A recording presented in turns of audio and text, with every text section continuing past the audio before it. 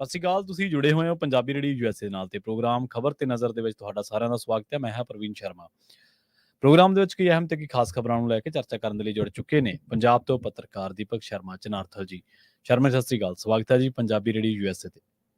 ਸਤਿ ਸ਼੍ਰੀ ਅਕਾਲ ਪ੍ਰਵੀਨ ਜੀ, ਸਾਰੇ ਦਰਸ਼ਕਾਂ ਨੂੰ ਸਰੋਤਿਆਂ ਨੂੰ ਮੇਰੀ ਪਿਆਰ ਭਰੀ ਸਤਿ ਸ਼੍ਰੀ ਅਕਾਲ ਜੀ। ਅੱਗੇ ਵਧਣ ਤੋਂ ਪਹਿਲਾਂ ਧੰਨਵਾਦ ਕਰਦੇ ਚਲੀਏ ਸਪਾਂਸਰਸ ਦਾ, ਜਿਹੜੇ ਜ਼ਰੀਆ ਬਣਦੇ ਨੇ ਇਹਨਾਂ ਪ੍ਰੋਗਰਾਮਾਂ ਨੂੰ ਤੁਹਾਡੇ ਤੱਕ ਪਹੁੰਚਾਉਣ ਦੇ ਲਈ। ਖਾਲਸਾ ਇੰਸ਼ੋਰੈਂਸ ਏਜੰਸੀ ਵਾਲੇ, ਜਿਨ੍ਹਾਂ ਤੋਂ ਤੁਸੀਂ ਹਰ ਤਰੀਕੇ ਦੀ ਇੰਸ਼ੋਰੈਂਸ ਲੈ ਸਕਦੇ ਹੋ। ਇੰਸ਼ੋਰੈਂਸ ਬਾਰੇ ਪਤਾ ਕਰਨ ਦੇ ਲਈ ਇਹਨਾਂ ਦਾ ਨੰਬਰ ਹੈ 468-272-2500। ਇਹ 1992 ਤੋਂ ਲਗਾਤਾਰ ਇੰਸ਼ੋਰੈਂਸ ਬਿਜ਼ਨਸ ਦੇ ਵਿੱਚ ਸ਼ਾਨਦਾਰ ਸੇਵਾਵਾਂ ਦੇ ਰਹੇ ਨੇ ਤੇ ਅਮਰੀਕਾ ਭਰ ਦੇ ਵਿੱਚ ਇੰਸ਼ੋਰੈਂਸ ਕਰਦੇ ਨੇ। ਅੱਜ ਹੀ ਕਾਲ ਕਰੋ 468-272-2500 ਤੇ। ਟਰਕੀਅਨ ਇਮੀਗ੍ਰੇਸ਼ਨ ਲਾ ਫਰਮ ਵਾਲੇ ਜੇ ਟਰਕੀਅਨ ਟੋਨੀ ਟਰਕੀਅਨ ਦੇ ਨਾਲ ਤੁਸੀਂ ਯੂਐਸ ਇਮੀਗ੍ਰੇਸ਼ਨ ਬਾਬਤ ਕੋਈ ਵੀ ਸਲਾਹ ਕਰਨੀ ਹੈ, ਕੋਈ ਵੀ ਸਵਾਲ ਪੁੱਛਣਾ, ਤੇ ਇਹਨਾਂ ਦਾ ਨੰਬਰ ਹੈ 415-909-0503। ਗੁਰਦੀਪ ਸਿੰਘ ਬਿਰਦੀ ਕਲੋਬੇ, ਸਤਨਾਮ ਸਿੰਘ ਸ਼ੇਰਗਿੱਲ ਸਿਲਮਾ ਵਿਸਲਾ ਫੈਮਿਲੀ, ਕਾਬਲ ਸਿੰਘ ਫ੍ਰਿਜ਼ਨੋ, ਮਨਦੀਪ ਸਿੰਘ, ਸੰਦੀਪ ਕੌਰ ਸੈਨ ਹੋਜ਼ੇ, ਗੁਰਪਾਲ ਸਿੰਘ ਸੈਕਰਾਮੈਂਟੋ, ਸਰਬਜੀਤ ਸਿੰਘ ਸ਼ੋਕਰ ਟਰਲਕ ਤੇ ਕਮਲਜੀਤ ਸਿੰਘ ਮੱਖਣ ਦੌਲਤਪੁਰੀਆ ਸੈਂਟਰਲ ਵੈਲੀ ਤੋਂ।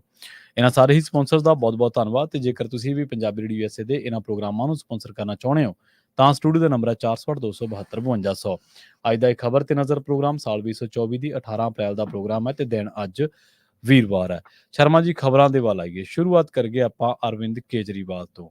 ਅਰਵਿੰਦ ਕੇਜਰੀਵਾਲ ਦੀ ਸ਼ੂਗਰ ਕਈ ਦਿਨਾਂ ਤੋਂ ਖਾਸੀ ਚਰਚਾ ਦੇ ਵਿੱਚ ਹੈ। ਜਿਵੇਂ ਜਿਵੇਂ ਅਰਵਿੰਦ ਕੇਜਰੀਵਾਲ ਚਰਚਾਵਾਂ ਦੇ ਵਿੱਚ ਰਹਿੰਦੇ ਨੇ, ਖਬਰਾਂ ਦੇ ਵਿੱਚ ਰਹਿੰਦੇ ਨੇ, ਪਰ ਇੱਕ ਖਬਰ ਨਵੇਕਲੀ ਜੀ ਆ ਰਹੀ ਹੈ, ਵਿਲੱਖਣ ਜੀ ਆ ਰਹੀ ਹੈ। ਕਹਿੰਦੇ ਜੇਲ੍ਹ ਦੇ ਵਿੱਚ ਵੀ ਘਰੋਂ ਮੰਗਾ ਕੇ ਅੰਬ ਚੂਪਦਾ ਕੇਜਰੀਵਾਲ।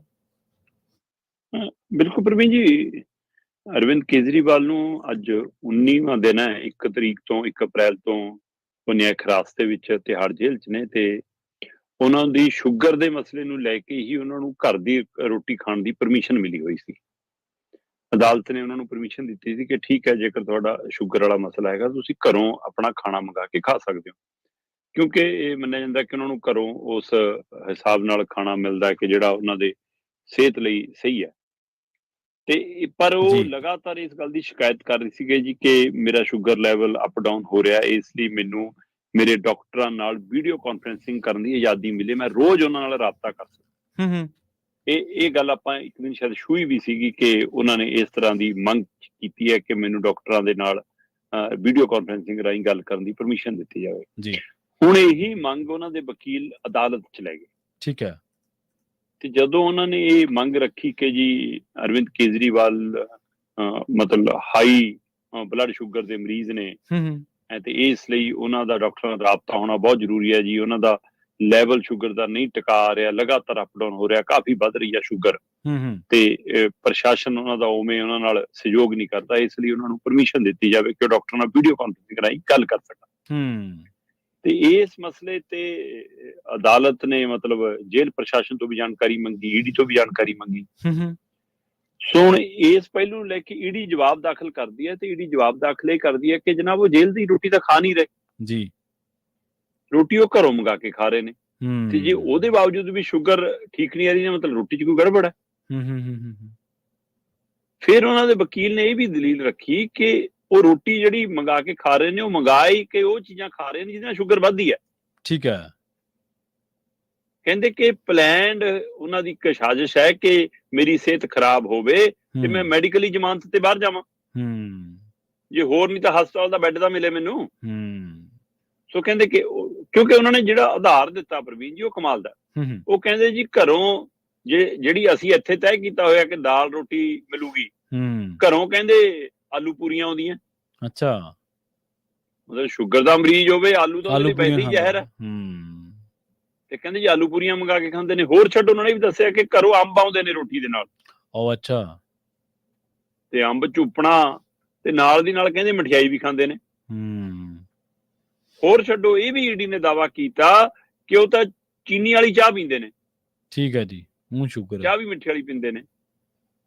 ਹੁਣ ਇੱਧਰ ਮਨੋਜ ਤਿਵਾਰੀ ਕਹਿੰਦਾ ਮੈਨੂੰ ਤਾਂ ਸਮਝ ਨਹੀਂ ਆਉਂਦੀ ਕਿ ਰੋਟੀ ਵੀ ਘਰ ਦੀ ਆਉਂਦੀ ਆ ਤੇ ਤਿਹਾੜ ਜੇਲ੍ਹ ਵੀ ਮਤਲਬ ਕੇਜਰੀਵਾਲ ਦੀ ਸਰਕਾਰ ਦੇ ਅਧੀਨ ਆ, ਜੇਲ੍ਹਾਂ ਦਾ ਕੰਟਰੋਲ ਸਰਕਾਰ ਕੋਲ ਆ। ਕਹਿੰਦੇ ਜੀ ਫੇਰ ਇਹ ਕਿਵੇਂ ਕਹੀ ਜਾਂਦੇ ਨੇ।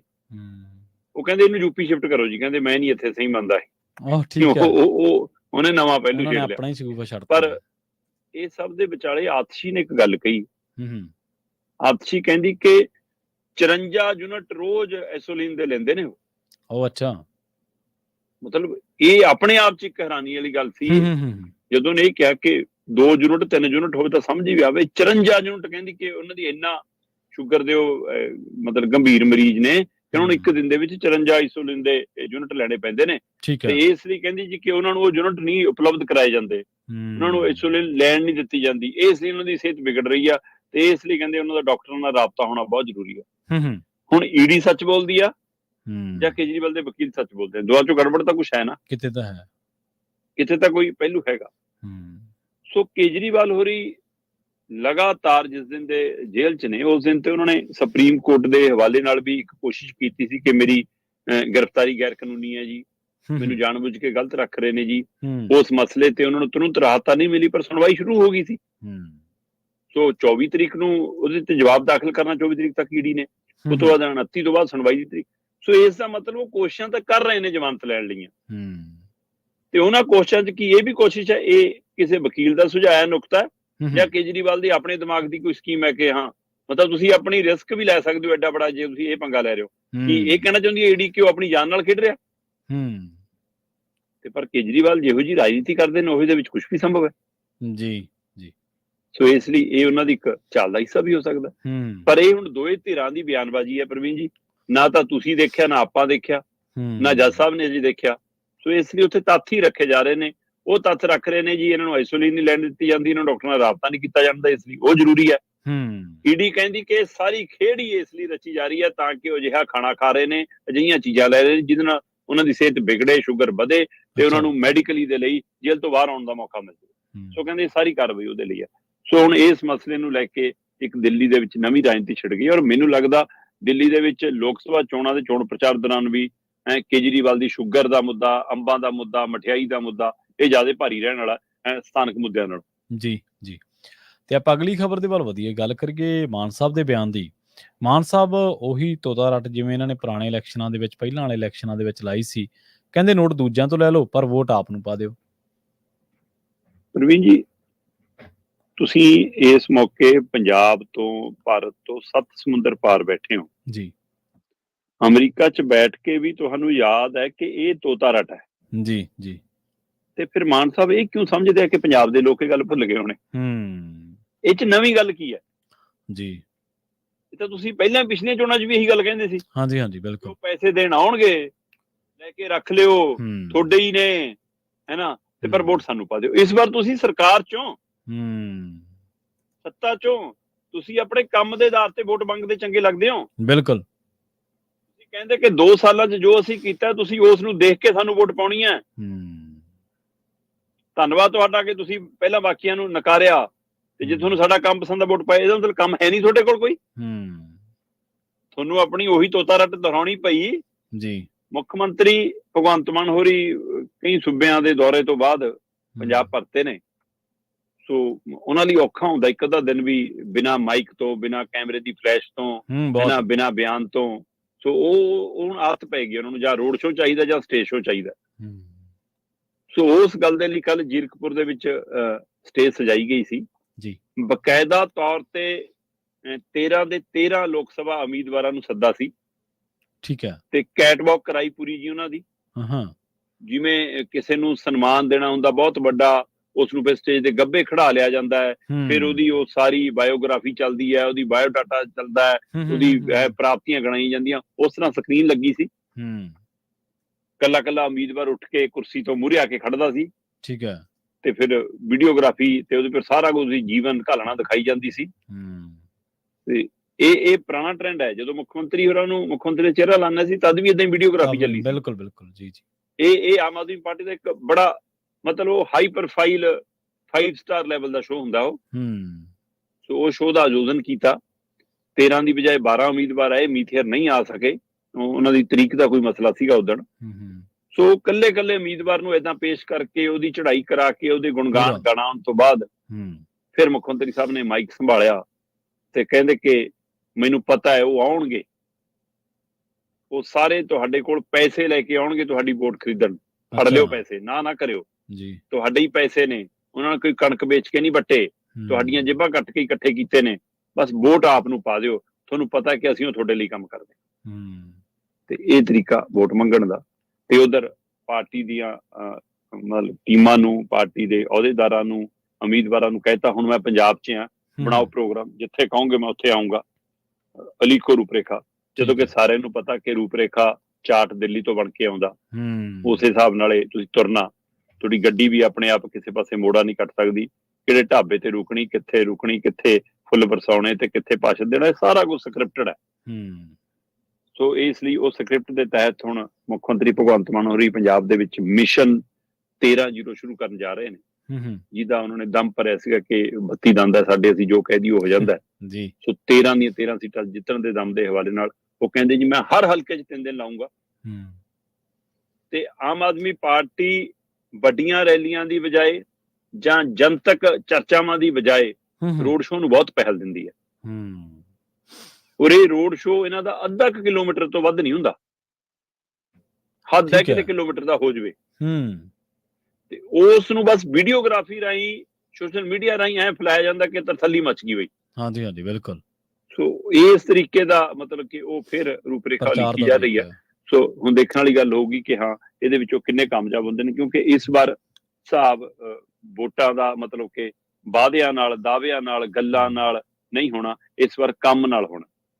ਸੋ ਹੁਣ ਅਮਲਾਂ ਦੇ ਨਵੇੜੇ ਹੋਣੇ ਆ ਇੱਥੇ, ਤੂੰ ਦੇਖਦੇ ਆ ਕੀ ਕੰਮ ਇਹਨਾਂ ਦੇ ਸਾਹਮਣੇ ਆਉਂਦੇ ਨੇ, ਜਾਂ ਦੂਜੀਆਂ ਧਿਰਾਂ ਕਿਵੇਂ ਲੋਕਾਂ ਦਾ, ਕਿਉਂਕਿ ਅਜੇ ਲੋਕਾਂ ਦਾ ਉਧਰ ਵੀ ਭਰੋਸਾ ਨਹੀਂ ਬਣ ਰਿਹਾ ਪ੍ਰਵੀਨ, ਇਹ ਵੀ ਕਹਾਣੀ ਹੈਗੀ ਹੈ ਨਾ। ਇਹਨਾਂ ਤੋਂ ਭਰੋਸਾ ਉੱਠਦਾ ਜਾ ਰਿਹਾ, ਹਾਂਜੀ, ਧਿਰਾਂ ਤੇ ਭਰੋਸਾ ਅਜੇ ਵੀ ਕਾਇਮ ਨਹੀਂ ਹੋ ਪਾ ਰਿਹਾ। ਇਸ ਦੁਵਿਧਾ 'ਚ ਵੋਟ ਮਤਲਬ ਪਲਟੇ ਬਹੁਤ ਖਾਏਗੀ, ਇੱਧਰ ਉੱਧਰ ਬਹੁਤ ਜਾਏਗੀ। ਹੋ ਸਕਦਾ ਇੱਕ ਘਰ 'ਚ 3-3, 4-4 ਪਾਸੇ ਵੋਟ ਚਲੀ ਜਾਵੇ। ਵਿਅਕਤੀ ਵਿਸ਼ੇਸ਼ ਦੇਖਿਆ ਜਾਏਗਾ, ਮਸਲਾ ਦੇਖਿਆ ਜਾਏਗਾ, ਅਪਰੋਚ ਦੇਖੀ ਜਾਏਗੀ, ਰਿਸ਼ਤੇਦਾਰੀਆਂ ਤੱਕ ਹਵਾਲੇ ਨਾਲ ਪਹੁੰਚ ਕੀਤੀ ਜਾਏਗੀ। ਸੋ ਕਈ ਹਵਾਲੇ ਹੋਣਗੇ ਇਸ ਵਾਰ ਉਹੋ ਜਿਹਾ ਕੋਈ, ਕਿਉਂਕਿ ਪੰਜਾਬ ਦੇ ਮੁੱਦਿਆਂ ਤੱਕ ਕਿਤੇ ਗੱਲ ਹੀ ਨਹੀਂ। ਹਾਂਜੀ ਹਾਂਜੀ ਬਿਲਕੁਲ ਬਿਲਕੁਲ। ਮੈਂ ਕੱਲ ਫੂਲਕਾ ਸਾਹਿਬ ਨੂੰ ਸੁਣ ਰਿਹਾ ਸੀਗਾ, ਚੰਡੀਗੜ੍ਹ ਆਏ ਸੀ ਪ੍ਰੈਸ ਕਲੱਬ ਦੇ ਵਿੱਚ। ਫੂਲਕਾ ਸਾਹਿਬ ਕਹਿੰਦੇ ਸੋਚ ਕੇ ਤਾਂ ਦੇਖੋ ਪੰਜਾਬ ਵਾਲਿਓ, ਤੁਹਾਡੀ ਜ਼ਮੀਨ ਬੰਜਰ ਹੋ ਰਹੀ ਆ, ਪਾਣੀ 500 ਫੁੱਟ ਤੇ ਚਲਾ ਗਿਆ, ਅਗਲੇ 10-15 ਸਾਲ ਬਾਅਦ ਤੁਹਾਨੂੰ ਪੀਣ ਵਾਲਾ ਪਾਣੀ ਨਹੀਂ ਮਿਲਣਾ, ਤੇ ਕਦੇ ਗੱਲ ਹੁੰਦੀ ਹੈ ਕਿਤੇ ਇਸ ਮਸਲੇ ਦੀ? ਇਸ ਮਸਲੇ ਦੇ ਹੱਲ ਦੀ ਕੋਈ ਕੋਸ਼ਿਸ਼ ਕਰਦਾ ਨਜ਼ਰ ਆਉਂਦਾ? ਨਾ ਤੁਹਾਨੂੰ ਫਿਕਰ ਹੈ ਤੇ ਨਾ ਤੁਹਾਡੀਆਂ ਪਾਰਟੀਆਂ ਨੂੰ ਫਿਕਰ। ਸੋ ਮੁੱਦਿਆਂ ਦੀ ਗੱਲ ਕਿੱਥੇ ਹੈ? ਨਸ਼ਾ, ਬੇਰੁਜ਼ਗਾਰੀ, ਕਿਸਾਨੀ ਮਸਲੇ ਦੀ ਗੱਲ ਕਿੱਥੇ ਹੈ? ਵਪਾਰੀ, ਦੁਕਾਨਦਾਰੀ ਹੈ, ਮਜ਼ਦੂਰ ਦੀ ਗੱਲ ਕਿੱਥੇ ਹੈ? ਵਿਦਿਆਰਥੀ ਹੈ, ਪਲਾਇਨ ਹੈ, ਸਕੂਲਾਂ ਦੀ ਗੱਲ ਕਿੱਥੇ ਹੈ? ਸੋ ਕੇਜਰੀਵਾਲ ਜੀ ਨੇ ਜੇਲ੍ਹ 'ਚ ਬੈਠ ਕੇ ਪੁੱਛ ਲਿਆ, ਮਹੱਲਾ ਕਲੀਨਿਕ ਠੀਕ ਹੈ, ਸਕੂਲ ਠੀਕ ਹੈ, ਕਿਸਾਨ ਠੀਕ ਹੈ, ਤਾਂ ਮੈਂ ਬਤਾ ਦਿਆ ਠੀਕ ਹੈ, ਹੁਣ ਵੋਟ ਪਾ ਦੋ, ਬਸ ਆਏ। ਇਹਦੇ ਵਿੱਚ ਕੋਈ ਦੋ ਰਾਏ ਨਹੀਂ ਸ਼ਰਮਾ ਜੀ ਕਿ ਆਮ ਆਦਮੀ ਪਾਰਟੀ ਨੇ ਪ੍ਰਚਾਰ, ਖਾਸ ਕਰਕੇ ਚੋਣ ਪ੍ਰਚਾਰ ਦੇ ਨਵੇਂ ਤਰੀਕਾਕਾਰ ਕੱਢੇ ਨੇ। ਵੀਡੀਓਗ੍ਰਾਫੀ, ਪੋਸਟਰ, ਮੁਹਿੰਮਾਂ, ਸਕੀਮਾਂ ਦੇ ਨਾਂ ਉਹ ਜੇ ਦਿਲ ਖਿੱਚਵੇਂ, ਕੇਜਰੀਵਾਲ ਸਾਰਾ ਪੰਜਾਬ ਤੇਰੇ ਨਾਲ। ਸੋ ਇਸ ਤਰ੍ਹਾਂ ਦੇ ਮੁਹਾਵਰੇ ਜਿਹੜੇ ਵੋਟਰ ਨੂੰ ਟੁੰਬਦੇ ਆ, ਜਿਹੜੇ ਵੋਟਰ ਦੇ ਦਿਲ ਤੇ ਜਾ ਕੇ ਸਿੱਧਾ ਵੱਜਦੇ ਆ।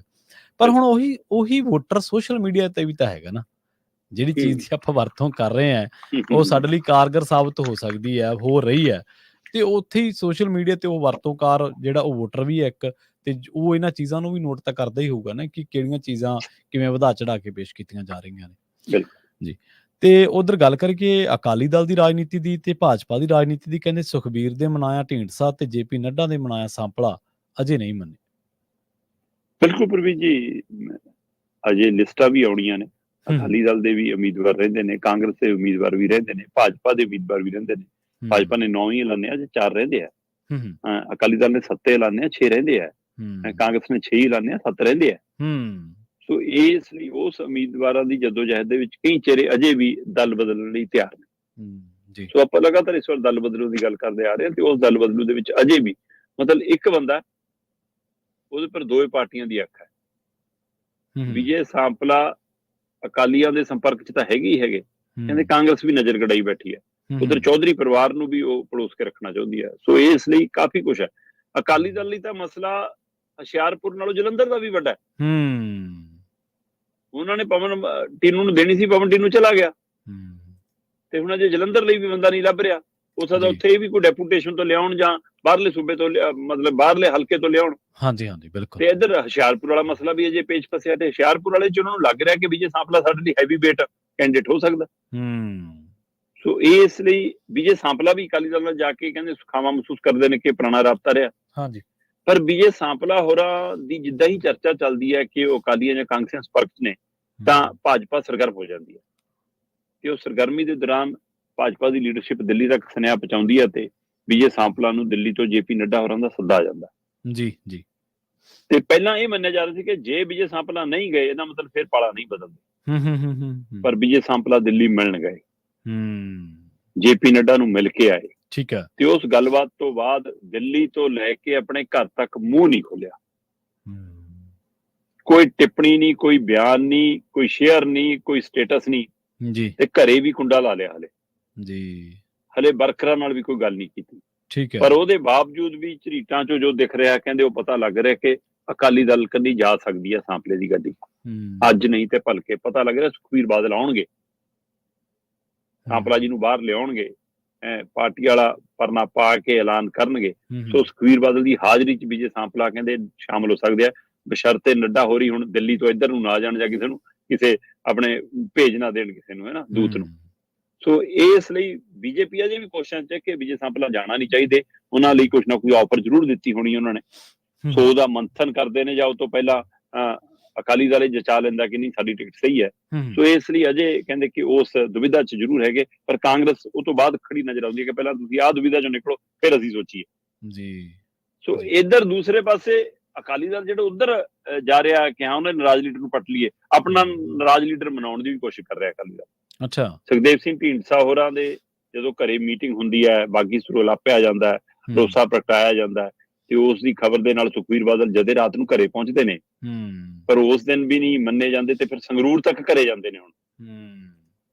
ਤੇ ਸੰਗਰੂਰ ਘਰੇ ਜਾ ਕੇ ਕਹਿੰਦੇ ਬੜੇ ਨਰਮ ਮਾਹੌਲ ਦੇ ਵਿੱਚ, ਸ਼ਾਂਤ ਮਾਹੌਲ ਚ ਗੱਲਬਾਤ ਹੁੰਦੀ ਹੈ ਜੀ। ਪਰ ਉਹਦੇ ਬਾਵਜੂਦ ਵੀ ਕਹਿੰਦੇ ਕਿ ਰੋਸਾ ਦੂਰ ਨਹੀਂ ਹੋਇਆ, ਨਾਰਾਜ਼ਗੀ ਖਤਮ ਨਹੀਂ ਹੋਈ ਢੀਂਡਸਾ ਪਰਿਵਾਰ ਦੀ। ਉਹ ਨਾਰਾਜ਼ਗੀ ਇਸੇ ਗੱਲ ਦੀ ਹੈ ਕਿ ਤੁਸੀਂ ਤੁਹਾਡੇ ਅਗਲੇ ਵਾਅਦਿਆਂ ਤੇ ਅਸੀਂ ਭਰੋਸਾ ਕਿਵੇਂ ਕਰੀਏ। ਬਾਦਲ ਸਾਹਿਬ ਢੀਂਡਸਾ ਹੋਰੀ ਕਹਿੰਦੇ ਕਿ ਤੁਸੀਂ ਤਾਂ ਪਹਿਲਾ ਵਾਅਦਾ ਹੀ ਨਹੀਂ ਪਕਾਇਆ ਜਿੱਥੋਂ ਗੱਲ ਆਪਣੀ ਵਾਪਸੀ ਦੀ ਸ਼ੁਰੂ ਹੋਈ ਸੀ। ਸੋ ਇਸ ਗੱਲ ਨੇ ਇੱਕ ਗੱਲ ਤਾਂ ਦਿਖਾਤੀ ਪ੍ਰਵੀਨ ਜੀ ਕਿ ਢੀਂਡਸਿਆਂ ਦੀ ਵਾਪਸੀ ਕੋਈ ਪੰਥ ਏਕਤਾ ਲਈ, ਕੋਈ ਕੌਮ ਏਕਤਾ ਲਈ, ਕੋਈ ਪੰਜਾਬ ਹਿੱਤਾਂ ਲਈ ਨਹੀਂ ਹੋਈ। ਉਸ ਦਿਨ ਢੀਂਡਸਾ ਪਰਿਵਾਰ ਥੋੜਾ ਜਿਹਾ ਮੀਡੀਆ ਨੂੰ ਲੈ ਕੇ ਸਵਾਲ ਵੀ ਕਰ ਰਿਹਾ ਸੀ ਕਿ ਇਹ ਉਹੀ ਕਹੀ ਜਾਂਦੇ ਨੇ ਅਸੀਂ ਤਾਂ ਕੌਮ ਪੰਥ ਲਈ ਇਕੱਠੇ ਹੋ ਰਹੇ ਹਾਂ, ਪੰਜਾਬ ਬਚਾਉਣ ਲਈ ਇਕੱਠੇ ਹੋ ਰਹੇ ਹਾਂ। ਤੇ ਆਪਾਂ ਉਸ ਦਿਨ ਵੀ ਗੱਲ ਕਰ ਰਹੇ ਸੀ ਕਿ ਪੁੱਤਰ ਮੋਹ ਲਈ ਵਾਪਸੀ ਹੈ ਜੀ। ਤੇ ਹੁਣ ਉਹ ਗੱਲ ਜੱਗ ਜਾ ਰਹੀ ਹੈ। ਹੁਣ ਤੁਹਾਡੀ ਨਾਰਾਜ਼ਗੀ ਇਸੇ ਗੱਲ ਦੀ ਹੈ ਕਿ ਮੁੰਡੇ ਨੂੰ ਟਿਕਟ ਕਿਉਂ ਨਹੀਂ, ਪੰਜਾਬ ਦਾ ਕੀ ਹੋ ਰਿਹਾ ਕੀ ਨਹੀਂ, ਕਿਹੜੀਆਂ ਸੀਟਾਂ ਤੇ ਕਿਹੜੇ ਤਾਰੇ ਕਿਹੜੇ ਨਹੀਂ। ਵੈਸੇ ਢੀਂਡਸਾ ਸਾਹਿਬ ਹੁਣ ਸਰਪ੍ਰਸਤ ਨੇ, ਉਹਨਾਂ ਨੂੰ ਕੱਲੇ ਸੰਗਰੂਰ ਹਲਕੇ ਦਾ ਥੋੜਾ ਪੰਜਾਬ ਦੇ 13 ਹਲਕਿਆਂ ਦੇ ਪਾਰਟੀ ਦਾ ਫਿਕਰ ਹੋਣਾ ਚਾਹੀਦਾ। ਬਿਲਕੁਲ ਬਿਲਕੁਲ। ਉਸ ਮਸਲੇ ਤੇ ਕੋਈ ਬਿਆਨ, ਕੋਈ ਟਿੱਪਣੀ ਮੈਨੂੰ ਦੱਸ ਦਿਓ ਅੱਜ ਤੱਕ ਆਈ ਹੋਵੇ ਕਿ ਹਾਂ ਜੀ ਆਹ ਉਮੀਦਵਾਰ ਸਹੀ ਹੈ ਤੇ ਆਹ ਗਲਤ ਹੈ, ਇੱਥੇ ਇਹ ਹੋਣਾ ਚਾਹੀਦਾ ਸੀ, ਉੱਥੇ ਹੋਣਾ ਚਾਹੀਦਾ ਸੀ, ਜਾਂ ਅਸੀਂ ਜੀ ਪ੍ਰਚਾਰ ਲਈ ਤਿਆਰ ਹਾਂ ਜੀ, ਅਸੀਂ ਇੱਥੇ ਪ੍ਰਚਾਰ ਕਰਾਂਗੇ, ਸੰਗਰੂਰ ਸਾਡਾ ਨਿੱਜੀ ਸੀ, ਅਸੀਂ ਨਹੀਂ ਕਰਦੇ ਜੀ ਪ੍ਰਚਾਰ। ਆ ਜਾਣ ਕੋਈ ਰੂਪਰੇਖਾ ਲੈ ਕੇ ਤਾਂ ਉਹਦੇ ਸਾਹਮਣੇ। ਹਾਂਜੀ ਬਿਲਕੁਲ। ਸੋ ਇਸ ਲਈ ਸਪਸ਼ਟ ਹੈ ਕਿ ਉਹ ਵੀ ਪੁੱਤਰ ਮੋਹ ਚ ਨੇ ਤੇ ਉਹ ਪੁੱਤਰ ਮੋਹ ਉਹਨਾਂ ਨੂੰ ਨਾਰਾਜ਼ ਕਰੀ ਬੈਠਾ ਹੈ। ਉਹਨੂੰ ਸੁਖਬੀਰ ਕਿਵੇਂ ਰਾਜਨੀਤਿਕ ਚੋਗਾ ਪਾ ਕੇ ਮਨਾਉਣ ਚ ਕਾਮਯਾਬ ਹੁੰਦੇ ਜਾਂ ਨਹੀਂ। ਫਿਲਹਾਲ ਦੋ ਲੀਡਰਾਂ ਦੀ ਨਾਰਾਜ਼ਗੀ ਬਰਕਰਾਰ ਹੈ ਜੀ, ਉਧਰ ਭਾਜਪਾ ਨਾਲ ਸਾਂਪਲਾ ਦੀ ਤੇ ਇੱਧਰ ਅਕਾਲੀਆਂ ਨਾਲ ਢੀਂਡਸੇ ਜੀ ਜੀ। ਤੇ ਅਗਲੀ ਖਬਰ ਦੇ ਵੱਲ ਵਧੀਏ, ਗੱਲ ਕਰੀਏ ਕਿਸਾਨਾਂ ਦੀ। ਜਿਵੇਂ ਫੂਲਕਾ ਸਾਹਿਬ ਨੇ ਕਿਹਾ ਸੀਗਾ ਕਿਸਾਨੀ ਦੀ ਗੱਲ ਹੀ ਕੋਈ ਨਹੀਂ ਕਰਦਾ, ਕਿਸਾਨੀ ਦੀ ਗੱਲ ਕਰੀਏ ਤੇ ਕਹਿੰਦੇ ਦੂਜੇ ਦਿਨ ਵੀ ਕਿਸਾਨਾਂ ਨੇ ਰੇਲਵੇ ਟਰੈਕ ਮੱਲੀ ਰੱਖਿਆ ਜੀ, ਡਟ ਰਹੇ ਕਿਸਾਨ। ਹਾਂ ਬਿਲਕੁਲ ਪ੍ਰਵੀਨ ਜੀ, ਕਿਉਂਕਿ ਕਿਸਾਨੀ ਮਸਲਾ ਜਿਹੜਾ 13 ਫਰਵਰੀ ਤੋਂ ਦਿੱਲੀ ਇੱਥੇ ਸ਼ੰਭੂ ਖਨੌਰੀ ਬਾਰਡਰ ਤੇ ਦਿੱਲੀ ਕੂਚ ਕਰਨ ਲਈ ਧਰਨਾ ਲੱਗਣਾ ਸ਼ੁਰੂ ਹੋਇਆ ਸੀ। ਉਹ ਧਰਨਾ ਉਹਨਾਂ ਮੁੱਦਿਆਂ ਤੇ ਕਾਇਮ ਹੈ, ਚਾਹੇ ਉਹ MSP ਵਾਲਾ ਮੁੱਦਾ ਹੈ, ਚਾਹੇ ਉਹ ਕਰਜ਼ਾ ਮਾਫੀ ਵਾਲਾ ਮੁੱਦਾ ਹੈ, ਚਾਹੇ ਉਹ ਬਿਜਲੀ ਪਾਣੀ ਵਾਲੇ ਮੁੱਦੇ ਨੇ, ਚਾਹੇ ਉਹ ਮੁਆਵਜ਼ੇ ਵਾਲੇ ਮੁੱਦੇ ਨੇ, ਚਾਹੇ ਪੀੜਤ ਪਰਿਵਾਰਾਂ ਦੀ ਸਹਾਇਤਾ ਰਾਸ਼ੀ ਵਾਲੇ ਮੁੱਦੇ ਨੇ, ਉਹਨਾਂ ਮੁੱਦਿਆਂ ਤੇ ਕਾਇਮ। ਉਸ ਤੋਂ ਬਾਅਦ ਇਹਦੇ ਵਿੱਚ ਸ਼ੁਭ ਕਰਨ ਵਾਲਾ ਮਾਮਲਾ, ਪ੍ਰਿਤਪਾਲ ਵਾਲਾ ਮਾਮਲਾ, ਪੁਲਿਸ ਦੀ ਤਸ਼ੱਦਦ ਦਾ ਮਾਮਲਾ, ਉਹ ਸਾਰੇ ਮਾਮਲੇ ਵਿੱਚ ਸ਼ਾਮਲ ਹੁੰਦੇ ਗਏ। ਪਰ ਇਹ ਸਭ ਦੇ ਦਰਮਿਆਨ 3 ਕਿਸਾਨਾਂ ਦੀ ਗ੍ਰਿਫਤਾਰੀ ਦਾ ਮੁੱਦਾ ਆ ਗਿਆ, ਖਾਸ ਕਰ ਜਲਵੇੜਾ, ਉਹ ਹੈ ਨਾ ਮੁੰਡੇ ਦਾ ਨਵਦੀਪ ਦਾ। ਸੋ ਨਵਦੀਪ ਜਲਵੇੜਾ ਹੋਰਾਂ ਦੇ ਮੁੱਦੇ ਤੇ ਕਿ ਉਹਨੂੰ ਚੰਡੀਗੜ੍ਹ ਦੇ ਏਅਰਪੋਰਟ ਤੋਂ ਚੱਕ ਕੇ ਲੈ ਗਏ। ਇਸੇ ਤਰ੍ਹਾਂ 2 ਹਰਿਆਣਾ ਦੇ ਮੁੰਡੇ ਹੋਰ ਨੇ, ਉਹਨਾਂ ਨੂੰ ਗ੍ਰਿਫਤਾਰੀ। ਉਹ ਕਹਿੰਦੇ ਕਿ ਆਹ ਰਿਹਾ ਕਰੋ, ਨਹੀਂ ਅਸੀਂ ਰੇਲਵੇ ਟਰੈਕ ਨਹੀਂ ਛੱਡਣੇ। ਅਸਲ ਦੇ ਵਿੱਚ ਆਪਾਂ ਕੱਲ ਵੀ ਗੱਲ ਕਰ ਰਹੇ ਸੀ ਕਿ ਪੰਜਾਬ ਤੇ ਹਰਿਆਣਾ ਦੇ ਪ੍ਰਸ਼ਾਸਨ ਨਾਲ ਕਿਸਾਨ ਜਥੇਬੰਦੀਆਂ ਦੀ ਇਸ ਮਸਲੇ ਤੇ ਗੱਲਬਾਤ ਹੋ ਚੁੱਕੀ ਸੀ ਤੇ ਉਹਨਾਂ ਨੇ ਕਿਹਾ ਸੀਗਾ ਕਿ 8-9 ਅਪ੍ਰੈਲ ਤੱਕ ਇਹ ਕੋਈ ਮਸਲੇ ਦਾ ਹੱਲ ਕਰ ਦਾਂਗੇ। ਸੋ ਕਿਸਾਨਾਂ ਨੇ ਕਿਹਾ ਸੀ ਕਿ ਨਹੀਂ 8-9 ਤਰੀਕ ਤੋਂ ਬਾਅਦ ਅਸੀਂ ਰੇਲਵੇ ਟਰੈਕ ਰੋਕਾਂਗੇ। ਪ੍ਰਸ਼ਾਸਨ ਦਾ ਸੁਨੇਹਾ ਆ ਗਿਆ ਕਿ ਨਹੀਂ ਰੁਕ ਜਾਓ, 16 ਤਰੀਕ ਤੋਂ ਪਹਿਲਾਂ ਰਿਹਾ ਹੋ ਜਾਣਗੇ। ਸੋ 16 ਤਰੀਕ ਤੱਕ ਫਿਰ ਕਿਸਾਨਾਂ ਨੇ ਇੰਤਜ਼ਾਰ ਕੀਤਾ ਤੇ 17 ਤਰੀਕ ਨੂੰ ਫਿਰ ਰੇਲਵੇ ਟਰੈਕ ਨਹੀਂ ਵੱਧ ਗਏ ਤੇ ਫਿਰ ਪੰਜਾਬ ਪੁਲਿਸ ਰੋਕਣ ਜਾਂਦੀ ਹੈ ਤੇ ਝੜਪ ਵੀ ਹੁੰਦੀ ਹੈ, ਖਿੱਚੋਤਾਣ ਵੀ ਹੁੰਦੀ ਹੈ, ਬੈਰੀਕੇਡ ਵੀ ਟੁੱਟਦੇ ਆ ਤੇ ਕਿਸਾਨ ਰੇਲਵੇ ਟਰੈਕ ਤੇ ਪਹੁੰਚ ਜਾਂਦੇ ਆ। ਤੇ ਹੁਣ ਉੱਥੇ ਤੰਬੂ ਲੱਗ ਗਿਆ ਜੀ, ਟੈਂਟ ਲੱਗ ਗਿਆ, ਵੱਡੀ ਗਿਣਤੀ 'ਚ ਕਿਸਾਨ ਆ ਗਏ ਨੇ। ਦੂਸਰੇ ਦਿਨ ਵੀ ਮੈਂ ਦੇਖ ਰਿਹਾ ਸੀਗਾ ਕਿ 75 ਤੋਂ ਵੱਧ ਰੇਲ ਗੱਡੀਆਂ ਪ੍ਰਭਾਵਿਤ ਹੋਈਆਂ ਨੇ। ਠੀਕ ਹੈ। 52-53 ਗੱਡੀਆਂ ਤਾਂ ਜਿਨ੍ਹਾਂ 'ਚ ਸ਼ਤਾਬਦੀ, ਬੰਦੇ ਭਾਰਤ ਤੱਕ ਟ੍ਰੇਨ ਵੀ ਹੈ, ਉਹਨਾਂ 'ਚ ਕੁਝ ਟ੍ਰੇਨਾਂ ਰੂਟ ਕਨਵਰਟ ਕਰਨਾ ਪਿਆ ਤੇ ਕੁਝ ਰੱਦ ਕਰਨੀਆਂ ਪਈਆਂ ਨੇ, ਹੈ ਨਾ। ਕਈ ਉਧਰੋਂ ਰੋਹਤਕ ਵਾਲੇ ਪਾਸਿਓਂ, ਧੂਰੀ ਵਾਲੇ ਪਾਸਿਓਂ ਲਿਜਾਣੀਆਂ ਪੈ ਰਹੀਆਂ ਨੇ, ਕੋਈ ਇੱਧਰੋਂ ਚੰਡੀਗੜ੍ਹ ਤੋਂ ਘੁਮਾ ਕੇ ਮਰਿੰਡਾ ਹੋ ਕੇ ਸਰਹੰਦ ਲਿਜਾ ਕੇ ਲਿਜਾਣੀਆਂ ਪੈ ਰਹੀਆਂ ਨੇ, ਤੇ ਕੁਝ ਰੱਦ ਕਰਨੀਆਂ ਪੈ ਰਹੀਆਂ ਨੇ। ਸੋ ਉਹਦੇ ਨਾਲ ਆਮ ਲੋਕ ਵੀ ਔਖੇ ਨੇ ਕਿ ਤੁਸੀਂ ਸੜਕਾਂ ਵੀ ਰੋਕੀਆਂ ਤੇ ਰੇਲ ਵੀ ਰੋਕਤਾ, ਸਾਡਾ ਆਉਣਾ ਜਾਣਾ ਸਾਰਾ ਕੁਝ, ਕਿਉਂਕਿ ਪੰਜਾਬ ਤੋਂ ਵਪਾਰੀ ਵਰਗ ਦਾ ਹਵਾਲਾ ਵੀ ਦਿੱਲੀ ਨਾਲ ਬਹੁਤ ਹੈ, ਅਦਾਲਤੀ ਮਸਲਾ ਵੀ ਬਹੁਤ ਹੈ, ਤੇ ਅੱਜ ਕੱਲ੍ਹ ਵੋਟਾਂ ਦੇ ਲਈ ਟਿਕਟਾਂ ਵਾਲਿਆਂ, ਲੈਣ ਜਾਣ ਵਾਲਿਆਂ ਦਾ ਵੀ ਰਾਬਤਾ ਬਹੁਤ ਹੈ। ਤੇ ਉਹ ਤੋਂ ਇਲਾਵਾ ਏਅਰਪੋਰਟਾਂ ਤੋਂ ਉਤਰਨਾ ਤੇ ਚੜ੍ਹਨਾ, ਉਹ ਵੀ ਪੰਜਾਬ ਦੀ ਗਿਣਤੀ ਕਾਫੀ ਵੱਡੀ ਹੈ। ਸੋ ਇਸ ਮਸਲੇ ਨੂੰ ਲੈ ਕੇ ਲੋਕਾਂ ਦਾ ਕਿਸਾਨ ਜਥੇਬੰਦੀਆਂ ਪ੍ਰਤੀ ਵੀ ਰੋਸਾ ਵੱਧ ਰਿਹਾ। ਪਰ ਉਹ ਕਹਿੰਦੇ ਕਿ ਅਸੀਂ ਨਹੀਂ ਛੱਡ ਸਕਦੇ ਜਦ ਤੱਕ ਟਰੈਕ, ਜਦ ਤੱਕ ਸਾਡੇ 3 ਕਿਸਾਨਾਂ ਨੂੰ ਰਿਹਾ ਨਹੀਂ ਕਰਦੇ। ਬਾਕੀ ਮੁੱਦਿਆਂ ਲਈ ਸਾਡਾ ਨੈਸ਼ਨਲ ਹਾਈਵੇ ਤੇ ਧਰਨਾ ਚੱਲੇ ਰਿਹਾ। ਇਹ ਸਭ ਦੇ ਦਰਮਿਆਨ ਚੰਡੂਨੀ ਹੋਰੀ ਕਹਿੰਦੇ ਕਿ ਭਾਈ 3 ਨਹੀਂ ਗੇ, 72 ਕਿਸਾਨ ਗ੍ਰਿਫਤਾਰ ਨੇ। ਠੀਕ ਹੈ ਜੀ। ਉਹ ਕਹਿੰਦੇ ਕਿ ਜਦੋਂ ਦਿੱਲੀ ਕੂਚ ਦਾ ਇਹਨਾਂ ਜਥੇਬੰਦੀਆਂ ਨੇ ਫੈਸਲਾ ਲਿਆ ਸੀ ਤਾਂ ਉਸ ਸਮੇਂ ਹਰਿਆਣਾ ਪੁਲਿਸ ਨੇ 72 ਕਿਸਾਨ ਚੱਕੇ ਹੋਏ ਨੇ, ਔਰ ਉਹਨਾਂ ਚੋਂ ਕਈ ਕਿਸਾਨ ਉਹ ਨੇ ਜਿਹੜੇ ਅੰਦੋਲਨ 'ਚ ਸ਼ਾਮਲ ਹੋਣ ਨਹੀਂ ਆਏ ਸੀ, ਜਾਂ ਕਈ ਲੋਕ ਉਹ ਜਿਹੜੇ ਅੰਦੋਲਨ ਸ਼ਾਮਲ ਹੋਣ ਨਹੀਂ ਆਏ ਸੀ, ਸਿਰਫ 71 ਨੂੰ ਦੇਖਣ ਲਈ ਸੜਕਾਂ ਤੇ ਆ ਖਲੋਤੇ ਸੀ, ਉਹਨਾਂ ਨੂੰ ਵੀ ਪੁਲਿਸ ਚੱਕ ਕੇ ਲੈ ਗਈ। ਬਿਲਕੁਲ ਸਹੀ। ਉਹ ਕਹਿੰਦੇ ਉਹਨਾਂ ਦੀ ਰਿਹਾਈ ਲਈ ਕਦੋਂ ਗੱਲ ਕਰੋਗੇ? ਚੰਡੂਨੀ ਕਹਿੰਦੇ ਅਸੀਂ ਤਾਂ ਸ਼ੁਭ ਕਰਨ ਵਾਲੀ ਘਟਨਾ ਤੋਂ ਬਾਅਦ ਕਿਹਾ ਸੀ ਕਿ ਅਸੀਂ ਆ ਜਾਂਦੇ ਨਾਲ, ਤੇ ਤੁਸੀਂ ਉਹ ਹਮ ਹੀ ਨਹੀਂ ਭਰੀ, ਤੇ ਹੁਣ ਵੀ ਤੁਸੀਂ ਕਹਿੰਦੇ ਕਿ ਗਲਤ ਲੜਾਈ ਲੜ ਰਹੇ ਹੋ। ਸੋ ਇਸ ਲਈ ਜਦ ਤੱਕ ਸਾਰੇ ਆਵਾਮ ਦੀ ਲੜਾਈ ਨਹੀਂ ਲੜੋਗੇ, ਔਰ ਦਿੱਲੀ ਜਾਣ ਦੇ ਲਈ ਜਦੋਂ ਹਰਿਆਣੇ ਨੂੰ ਨਾਲ ਨਹੀਂ ਲਾਉਂਗੇ, ਕਹਿੰਦੇ ਸਮਝ ਤੁਸੀਂ ਹਰਿਆਣੇ ਜਥੇਬੰਦੀਆਂ ਦਾ ਨਾਲ ਲਿਆ ਹੀ ਨਹੀਂ। ਇਸ ਲਈ ਉਹ ਕਹਿੰਦੇ ਕਿ ਹੁਣ ਆ 72 ਤੇ 3 ਉਹ ਕਹਿੰਦੇ ਨਾ 75 ਦੀ ਲੜਾਈ ਅਸੀਂ ਵੱਖਰੀ ਤਰ੍ਹਾਂ ਦੀ ਲੜਾਂਗੇ। ਚੰਡੂਨੀ ਉਹਨਾਂ ਨੇ ਇੱਕ ਵੱਖਰਾ ਪਹਿਲੂ ਖੜਾ ਕੀਤਾ। ਸੋ ਪਰ ਰੇਲਵੇ ਟਰੈਕ ਤੇ ਕਿਸਾਨਾਂ ਦਾ ਧਰਨਾ ਲਗਾਤਾਰ ਜਾਰੀ ਹੈ ਜੀ। ਸੋ ਅੱਜ ਤੀਸਰਾ ਦਿਨ ਚੜ ਗਿਆ ਉਸ ਧਰਨੇ ਨੂੰ। ਜੀ ਜੀ। ਤੇ ਗੱਲ ਕਰੀਏ ਏਜੰਸੀਆਂ ਦੀ, ਆਪਾਂ ਕਈ ਵਾਰੀ ਗੱਲ ਕੀਤੀ ਹੈ ਕੇਂਦਰੀ ਏਜੰਸੀਆਂ ਦੇ ਕੰਮਕਾਜ ਦੇ ਬਾਰੇ। ਸ਼ਰਮਾ ਜੀ, ਮੋਦੀ ਦੇ ਰਾਜ ਦੇ ਵਿੱਚ ਕਹਿੰਦੇ ਈਡੀ ਦੀ ਛਾਪੇਮਾਰੀ 86 ਗੁਣਾ ਵਧੀ ਹੈ, ਤੇ ਜੇ ਕਿਤੇ ਤੀਜੀ ਟਰਮ ਵੀ ਸ਼ੁਰੂ ਹੋ ਗਈ ਫਿਰ ਤਾਂ ਮੇਰਾ ਖਿਆਲ ਹੈ 3 ਅੰਕਾਂ ਤੋਂ ਉੱਪਰ ਹੀ ਜਾਊ ਛਾਪੇਮਾਰੀ। ਪ੍ਰਵੀਨ ਜੀ, ਕੱਲ ਨਾ ਸ਼ਿਲਪਾ ਸ਼ੈਟੀ ਤੇ ਉਹ ਰਾਜ ਕੁੰਦਰਾ ਹੋਰਾਂ ਦੇ ਵੀ ਈਡੀ ਨੇ ਉਹ ਕੀਤਾ ਸਾਰਾ ਕੁਝ ਜ਼ਬਤ ਉਹਨਾਂ ਦਾ। ਠੀਕ ਹੈ। 98 ਕਰੋੜ ਦੀ ਜਾਇਦਾਦ ਆ, ਉਹ 'ਚ ਉਹਦਾ ਸ਼ਿਲਪਾ ਸ਼ੈਟੀ ਦਾ ਆਪਣਾ ਫਲੈਟ ਵੀ ਹੈ, ਉਹਦੇ ਘਰ ਵਾਲੇ ਰਾਜ ਕੁੰਦਰਾ ਦਾ ਬੰਗਲਾ ਵੀ ਹੈ। 2002 ਦਾ ਮਾਮਲਾ, ਉਹ ਬਿਟਕੋਇਨ ਵਾਲਾ ਕਹਿੰਦੇ ਜੀ, ਉਹ ਕਪੜਾ ਕੁਪੜਾ। ਵੈਸੇ ਤਾਂ ਰਾਜ ਕੁੰਦਰਾ ਪਹਿਲਾਂ ਇੱਕ ਪੋਰਨ ਫਿਲਮ ਦੇ ਮਾਮਲੇ 'ਚ ਗ੍ਰਿਫਤਾਰ ਹੋ ਚੁੱਕੇ ਨੇ। ਸੋ ਈਡੀ ਦੀ ਜਦੋਂ ਇਹ ਕਾਰਵਾਈ ਹੈ ਕਿ ਤਾਂ ਮੈਂ ਇਹ ਮਸਲਾ ਫਿਰ ਲੱਭਣ ਲਈ ਤੁਹਾਨੂੰ ਮਤਲਬ ਧਿਆਨ 'ਚ ਆ ਜਾਂਦਾ ਕਿ ਈਡੀ ਕੰਮ ਕਿਵੇਂ ਕਰ ਰਹੀ ਹੈ।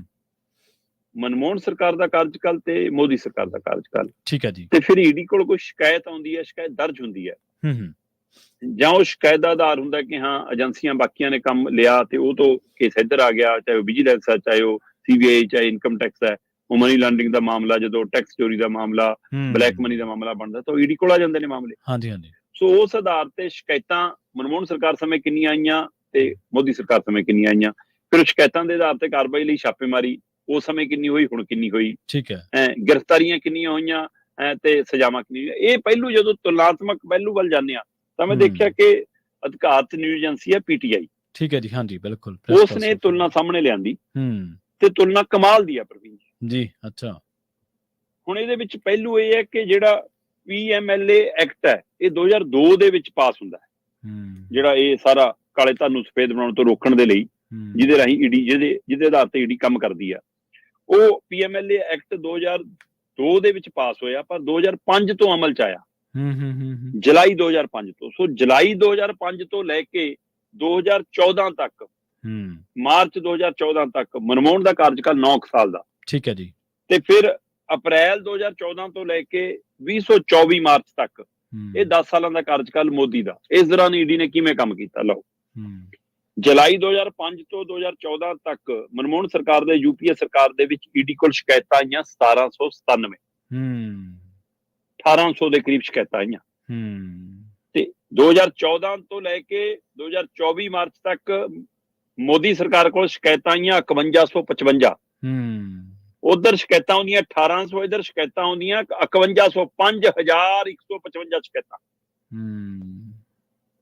ਇਹ 3 ਗੁਣਾ ਸ਼ਿਕਾਇਤਾਂ ਹੀ ਵਧ ਗਈਆਂ ਕਹਿੰਦੇ ਜੀ। ਅੱਛਾ। ਫਿਰ ਇਹਨਾਂ ਸ਼ਿਕਾਇਤਾਂ ਦੇ ਆਧਾਰ ਤੇ ਕਾਰਵਾਈ। ਹੁਣ UPA ਦੀ ਮਨਮੋਹਨ ਸਰਕਾਰ ਦੇ 9 ਸਾਲਾਂ ਦੀ ਕਾਰਜਕਾਲ ਦੇ ਦੌਰਾਨ ਈਡੀ ਨੇ ਛਾਪੇ ਮਾਰੇ 84। ਹੂੰ 1797 ਸ਼ਿਕਾਇਤਾਂ ਦੇ ਆਧਾਰ ਤੇ ਛਾਪੇ ਮਾਰੀ ਹੈ 84 ਹੂੰ ਹੂੰ ਹੂੰ ਹੂੰ ਤੇ 5155 ਐਨਡੀਏ ਸਰਕਾਰ ਦੇ ਕਾਰਜਕਾਲ ਦੀ ਸ਼ਿਕਾਇਤਾਂ ਦੇ ਆਧਾਰ ਤੇ ਛਾਪੇਮਾਰੀ ਹੈਗੀ ਜੀ 7264। ਠੀਕ ਹੈ ਜੀ 84 ਛਾਪੇ ਹੂੰ ਕਾਰਜਕਾਲ ਚ, 7264 ਛਾਪੇ ਮੋਦੀ ਦੇ ਕਾਰਜਕਾਲ ਚ, 86 ਗੁਣਾ ਵਾਧਾ ਹੂੰ ਛਾਪੇਮਾਰੀਆਂ ਚ, ਜੀ ਜੀ 86 ਗੁਣਾ। ਹੂੰ ਤੇ ਇਹਨਾਂ ਛਾਪੇਮਾਰੀਆਂ ਦੇ ਆਧਾਰ ਤੇ ਫਿਰ ਕਾਰਵਾਈ ਹੋਈ ਹੋਣੀ। ਤਾਂ ਮੈਂ ਜਦੋਂ ਕਾਰਵਾਈ ਦੇਖਦਾ ਹੂੰ ਤਾਂ ਉਹ 84 ਛਾਪਿਆਂ ਦੇ ਆਧਾਰ ਤੇ ਗ੍ਰਿਫਤਾਰੀ ਹੈਗੀ 29 ਠੀਕ ਹੈ ਅੱਛਾ ਤੇ ਛਾਪੇਮਾਰੀ 86 ਗੁਣਾ ਵਧੀ ਤੇ 64 ਛਾਪਿਆਂ ਦੇ ਆਧਾਰ ਤੇ ਗ੍ਰਿਫਤਾਰੀ ਹੈਗੀ 755। ਹੂੰ ਸੋ ਮਨਮੋਹਨ ਸਰਕਾਰ ਚ 29 ਗ੍ਰਿਫਤਾਰੀਆਂ ਨੇ, ਮੋਦੀ ਸਰਕਾਰ ਚ 755 ਗ੍ਰਿਫਤਾਰੀਆਂ ਨੇ। ਜੀ ਇਹ ਅੰਕੜਾ ਵੀ 26 ਗੁਣਾ ਵੱਧ ਹੈ।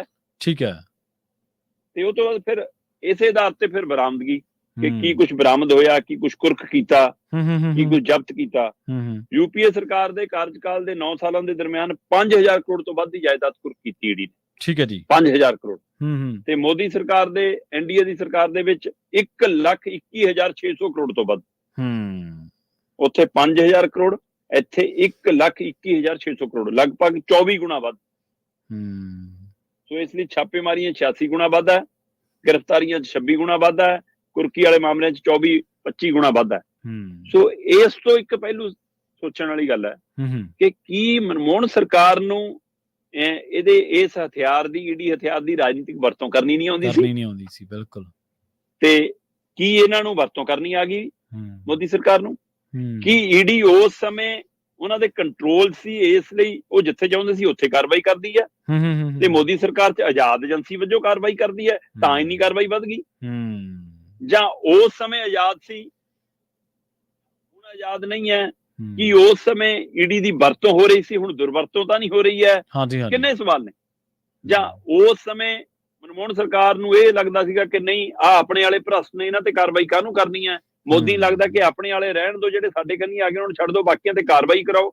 ਜਾਂ ਹੁਣ ਇੰਨੀ ਭ੍ਰਸ਼ਟਾਚਾਰੀ ਵੱਧ ਗਈ, ਪਹਿਲਾਂ ਨਹੀਂ ਸੀ? ਮਤਲਬ ਕਿੰਨੇ ਹੀ ਸਵਾਲ ਖੜੇ ਹੁੰਦੇ ਨੇ। ਤੁਹਾਡੇ ਮੂਹਰੇ ਖੜੇ ਨੇ। ਹੂੰ ਪਰ ਇਹਨਾਂ 100 ਸਵਾਲਾਂ ਦਾ ਇੱਕੋ ਜਵਾਬ ਹੈ ਹੂੰ ਕਿ ਈਡੀ ਦੀ ਦੱਬ ਕੇ ਰਾਜਨੀਤਿਕ ਧਿਰਾਂ ਦੁਰਵਰਤੋਂ ਕਰਦੀਆਂ ਨੇ। ਜੀ। ਪਹਿਲਿਆਂ ਨੇ ਘੱਟ ਕਰ ਲਈ, ਹੁਣ ਵਾਲਿਆਂ ਨੇ ਵੱਧ ਕਰ ਲਈ। ਸੋ ਦੱਬ ਕੇ ਦੁਰਵਰਤੋਂ ਹੋ ਰਹੀ ਹੈ, ਜਿਹਦਾ ਨਤੀਜਾ ਇਹ ਹੈ ਕਿ ਕਿਸੇ ਨੂੰ ਲੰਡਨ ਜਾਣਾ ਪੈਂਦਾ, ਕਿਸੇ ਨੂੰ ਤਿਹਾੜ, ਤੇ ਕਿਸੇ ਨੂੰ ਪਾਰਟੀ ਬਦਲਣੀ ਪੈਂਦੀ ਹੈ। ਜੀ ਜੀ ਜੀ ਦੋ ਚੀਜ਼ਾਂ ਇਹਦੇ ਨਾਲ ਮੈਂ ਇੱਕ ਹੋਰ ਐਡ ਆਨ ਕਰਦਾ ਜਾਂ ਸਾਂਝੀਆਂ ਕਰਦਾ ਤੁਹਾਡੇ ਨਾਲ।